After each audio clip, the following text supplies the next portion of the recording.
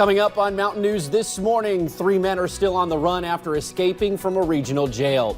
And an incident involving an inmate in one of the guards in an eastern Kentucky detention center has resulted in the guard being suspended.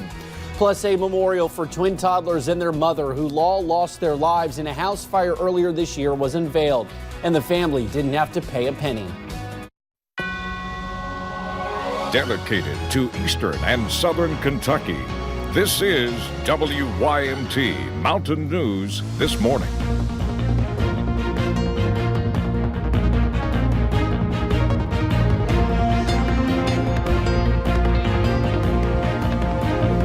Good morning. It is 4:59 on Wednesday, July the 10th. I'm Will Puckett. Thank you for tuning in to Mountain News this morning. Well, this morning's not starting off to be as foggy as yesterday, but there still is a little bit of fog in the area. But the thing you need to be concerned about today is the temps are going to be warmer than yesterday. Let's bring Brandon in. And Brandon, I walked into the newsroom after getting back from my story yesterday and said, navy pants were a bad choice.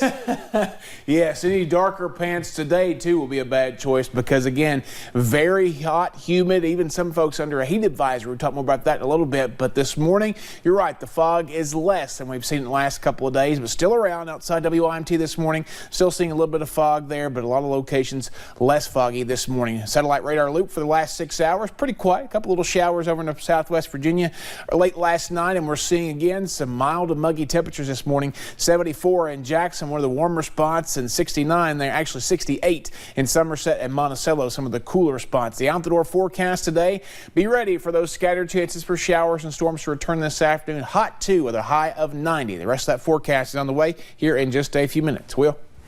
All righty, Brandon, thank you. Well, Kentucky State Police are on the scene of an officer-involved shooting in Powell County. It happened in Clay City on Ashley Hollow Road Tuesday night.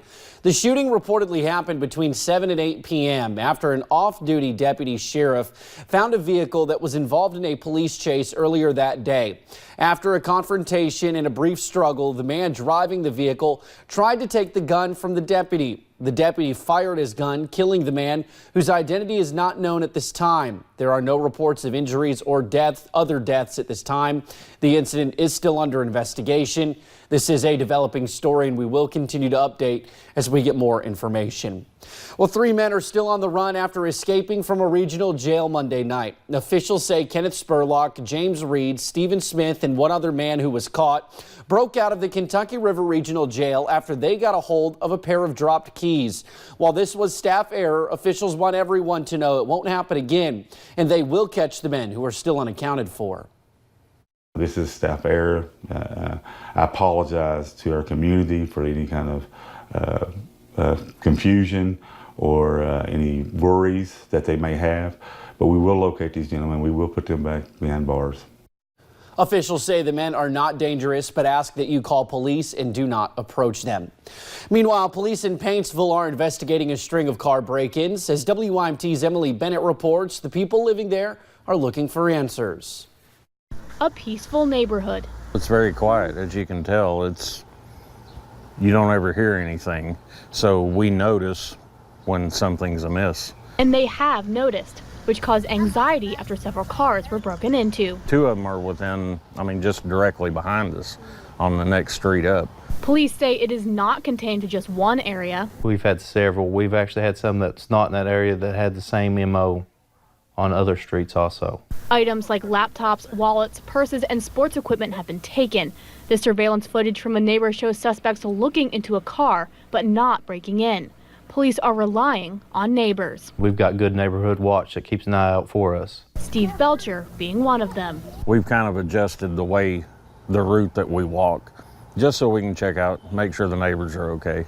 Belcher makes sure to take all the precautions. We also have a lot of lights where we just renovated, and the house is very lit up all the way around at night. I leave everything on. Our neighbors leave their porch lights on.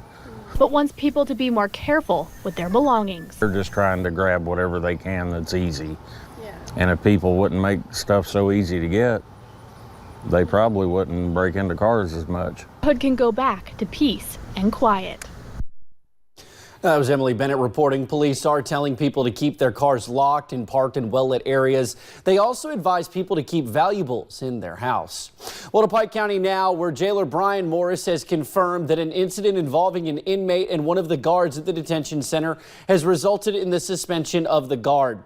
An investigation by the Pikeville Police Department. At this time, the details of the incident are not being shared, nor are the names of the two people involved. Morris says he expects it to be a quick and swift case that will likely be complete before the end of the week. It has been nearly 3 months since twin 3-year-olds and their mother died from a devastating house fire in Harlan County in the Tots community. Allison Howard and her twins, Alex and Olivia's memorial, was unveiled Tuesday at their gravesite. The family says the funeral and memorial would have cost them more than $10,000. But with financial help from the Harlan County community and many communities around the country, they did not have to pay a single cent. Just want to say thank you from the bottom of our hearts.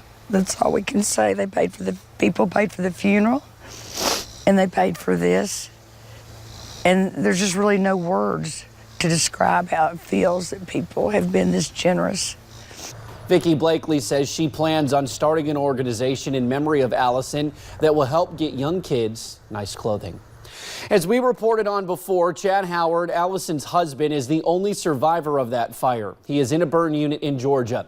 Here's an update on his condition. He has been able to eat well on his own. He does still have an IV in him. His skin has been given and has been taking well. Family members say he is starting to walk on a walker just a little bit. Well, community members in Harlan County met Tuesday morning to see how they can pitch in to help Black Jewel miners. Local businesses, nonprofits, and organizations joined together to list out what they can contribute to help meet immediate needs. Miners listed in a meeting on Monday night. It's a shame that this type of situation is going on, but that's what we're here for. You drop what you're doing and you help these people. Harlan County Judge Executive Dan Mosley says if you want to make any kind of monetary donation, to make the checks payable to With Love from Harlan or the Harlan County Community Action Agency. Now, the Harlan County Community Action Agency is one of many organizations stepping in to help miners get back on their feet. Staff at the Harlan County CAA say their main focus right now is to help enroll miners coming in from Black Jewel in unemployment. The agency is also offering services for water and electrical utility assistance for those households. Staff say with many churches helping out as well, they are now helping miners get in touch with faith-based organizations in Harlan. Anyone out there that just needs assistance, that's been involved in this terrible situation, we're here and we'll do everything that we can to help you. Employees are required to bring an ID and the last check stub they were paid before the one that bounced. Well, thank you for getting your day started with us right here on Mountain News this morning. Later, bubbles were the focus of a Challenger Learning Center camp. We'll have more on the summer program. A heat advisory is in effect for some counties later today, and that heat could fire off a few thunderstorms this afternoon. I have the latest forecast in about 3 minutes.